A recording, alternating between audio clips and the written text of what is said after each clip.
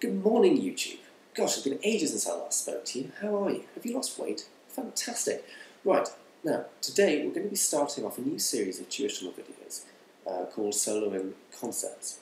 And in these videos, what we're going to be doing is breaking down my philosophy to practice and really how we can take some very, very simple ideas and rather than just learning a set of very static, rigid phrases just rote, what we can do is break them down and really get more value for money out of them.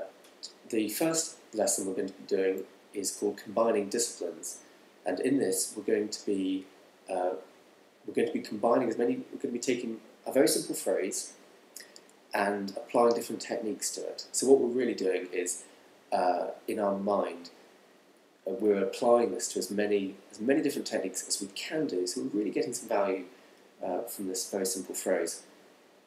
As guitarists, a problem we have is that we tend to compartmentalise all our techniques with various idiomatic boundaries, which means that all our arpeggio phrases are neatly stored away in our mental folder for economy picking.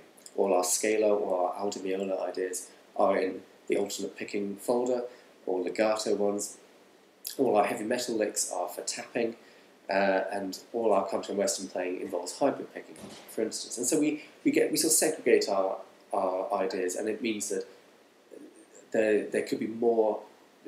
We might not be as fluent improvisers as we might like. So I was thinking about ways of getting around this, and here's one of my approaches.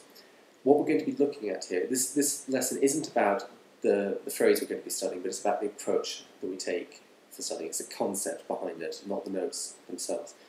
We're going to take a phrase using the minor pentatonic scale, also known as man's best friend, and we're going to then sequence it using a variety of different techniques, and so you can see how versatile one set of notes can actually be.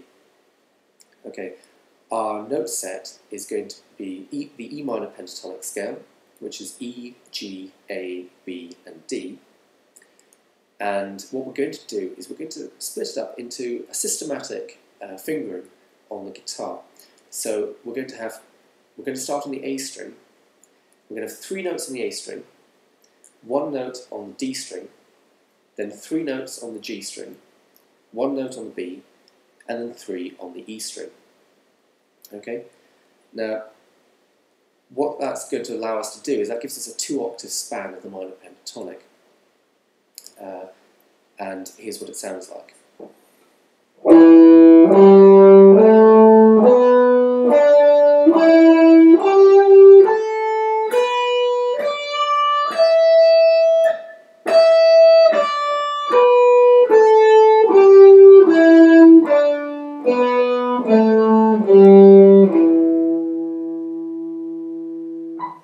Then what we can do is we can take this iteration of notes and we can sequence it. We can move it up to the next inversion within the pentatonic scale.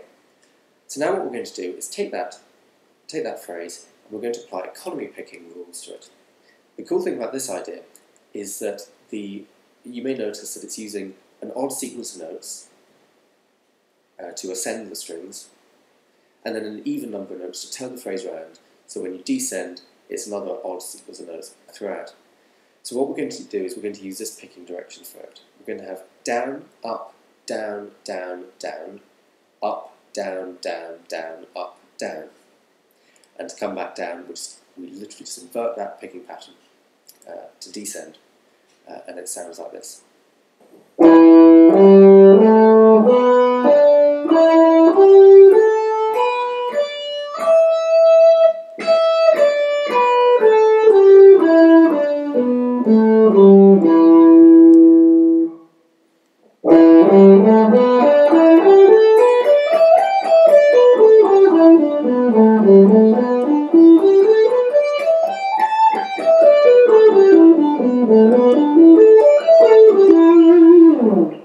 Now we've looked at alternate picking and economy picking. What happens if we don't want to pick every single note? Because if we pick every single note, that gives us a very mechanical sound, which is great for some things. It's absolutely fantastic for heavy metal, and it's very good for some of the more extreme forms of jazz fusion. However, if we wanted to get a bit more dynamic contrast into it, one technique we could use is hybrid picking, which is normally found in country playing, but certainly lots of more recent players like Brett Garsed, for instance, and Vinnie Moore have really made that technique their own and doing an awful lot of interesting things with it. So what we're going to do now is we'll be picking, holding the pick between the thumb and the first finger, and then we're going to be also plucking the string with our middle finger and our ring finger. Now in classical terminology, the middle finger is referred to as M and the ring finger as A. And here are the picking directions for that.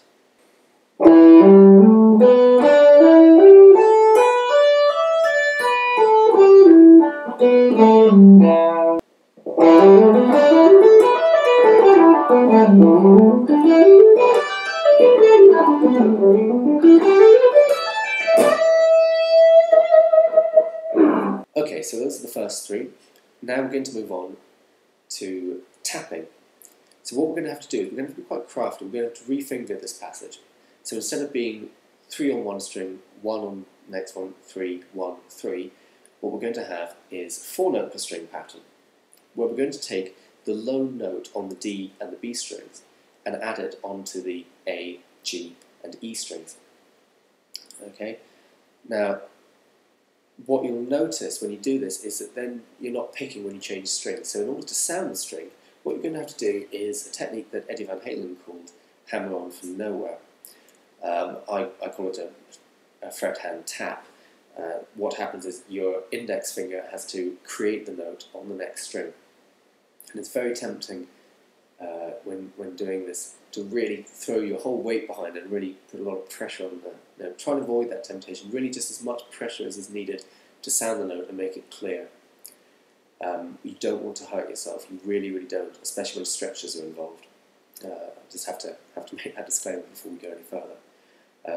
And also, I mean, I'm playing a Squire Strat with 11 gauge strings and pretty, I don't know if you can see, pretty high action there. So, and I'm not using any extra force to do this. So just be careful and see what you can do with this. So here's what it looks like.